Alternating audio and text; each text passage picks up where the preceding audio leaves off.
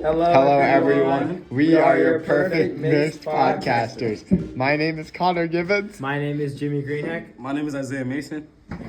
Today, we're talking about the book I Am Not Your Perfect Mexican Daughter by Erica L. Sanchez. The book follows Julia Reyes, the main character, who is a young girl growing up in modern-day Chicago. Julia's older sister was killed recently by a big truck, and it has created a lot of strain on Julia and her parents' relationship. The essential question for our podcast episode is, what part do Julia's Mexican culture / heritage and her family's history play into the formation of her identity? Trigger warning, there are themes of sexual assault in this episode. The main ploy of the book, as you can tell by the title, is that Julia feels as if she is not the perfect Mexican daughter. She feels as her identity does not align with what her family and what her culture wants her to be. But her sister Olga seemingly was the perfect Mexican daughter, as she could do no wrong. She defended her mom's ideas and defended her Mexican culture, all whilst fitting into American culture. So Olga appeared perfect and her life appeared perfect. But following her death, it was revealed that she also struggled with her own battles, but in the dark, showing that we all have our skeletons in the closet, and we can look perfect, but it may not be the case. So Julia was the youngest of two daughters, and she is the daughter of two Mexican parents who immigrated to America a decade before she was born. Her family is Catholic, and her upbringing reflects that. And her mother is very adamant about following Catholic teachings and beliefs. Notably, Julia's mother, who is referred to as Alma in the book, was sexually assaulted, and that resulted in Olga's birth. And Julia, despite her family all being Catholic and traditional Mexican culture followers, she doesn't want to be that. She wants to leave home and become a writer and think on her own and think critically. And one of her main problems with her family is that when she tries to think critically, her parents dogmatically shut her up and just try to silence her, which is definitely not the right approach in any discussions regarding theology and culture, etc. Now, Omar, my friend, what do you think? I think a quote that shows key themes of isolation and loneliness is, there are times I feel completely alone, like no one in the world can possibly understand me. This is a significant quote because readers can form a connection with how Julia is feeling in the moment. Julia feels like she can't be herself because of the way her family standards and their culture expectations are, like, they put pressure on her. She wants to be a writer and live differently, but she's always being told to stay quiet and act like the perfect daughter. This makes her feel frustrated and isolated and misunderstood. It shows that when people don't feel free or accepted, they conform to standards. Now back to you, Jimmy. Well, to build on your comments, Omar, Julia remains shunned by her family, and she alienates herself from them in order to avoid getting further injured and subjected to verbal, sometimes even physical abuse. It's obvious that Julia does not harbor or foster positive or meaningful relationships with either her immediate or extended family.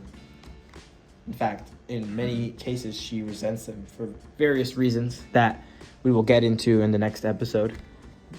Specifically, Alma, or Julia's mother, often takes out her anger on Julia due to the intergenerational trauma that exists within her family line. Often, the anger mentioned exhibits itself in interactions with Julia, such as when Alma finally gives her daughter permission to go to the dance. But although the act might qualify as a miracle, according to Julia, the moment gets ruined by Alma telling Julia to better not act volada, which means flirtatious. Once again, Julia feels punished by the restrictions placed on her by her culture Furthermore, Julia elaborates on this exchange, saying that every time she says stuff like this, she feels ashamed and she does not know why because she hasn't done anything. Julia is not hurt by the validity of her mother's statements, but she's afflicted by the fact that her mother doesn't trust her to have self-control. And what further enrages her is that she's never given her mother a chance to doubt her, yet she still doubts her. And this negatively impacts her identity because it erodes the foundations of herself. This exchange provides a detailed perspective regarding the presence of intergenerational trauma within Mexican families. An inference available suggests that Alma most likely struggled with the same conversation with her own mother. In Mexican culture, especially in Catholic families, being flirtatious is seen as unpure and not ladylike or proper. Therefore, simple teenage love, like the love that Julia shares with Connor, is shamed, when really parents should address how to properly engage in a youthful relationship. Okay, Connor, what are your thoughts on the matter? So I would like to clarify before I speak that I was not involved in this book. Connor is another fictional character. But I would like to connect back to the essential disconnect between Julia and her parents. And I think one moment that properly highlights this is when Julia is helping Alma clean houses to make money. And Alma asks Julia how school's going. And as Julia is replying, she realizes that Alma isn't paying attention. She doesn't say much whenever I tell her anything about school. She had to drop out when she was in 8th grade. Appa quit when he was in 7th grade. It's strange not being able to talk to your parents about something so important. I believe this quote is powerful in showing this fundamental disconnect between Julia and her parents because it shows how Julia thinks she should be supported by her family and how her family wants to support her. And it connects back to how her family wants to keep her close to the traditional role, and they don't see her aspirations of being a future writer as something that they should support or that she should even want to pursue. But yes, and it. Sorry, back to you, Jimmy. Jimmy has. I would like to add something. So Connor said that they didn't want to support her because of her writing, because it kind of goes against what the cultural values are for Mexican families, that women should stay at home and take care of the kids. And I think that this strongly relates to Elizabeth Acevedo's poem that we read, because in that poem, Acevedo explained how her mother was really just trying to protect her when she tried to limit her because of intergenerational trauma. She tried to constrain her to her culture and to American culture so that she wouldn't get hurt trying to do too much. But in reality, we should foster these types of talents because trying to limit someone never ends up well. Continue, wow, Connor. Jimmy, that was quite beautiful. Thank you for that input. Hey, Isaiah, what do you think?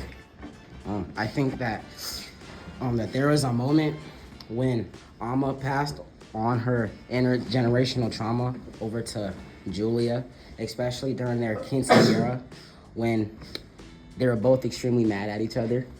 And this is said when she says, "You know, Julia, maybe if you knew how to behave yourself to keep your mouth shut, your sister would still be alive. Have you ever thought about that?" She finally says it. She says what her big sad eyes were telling me all along.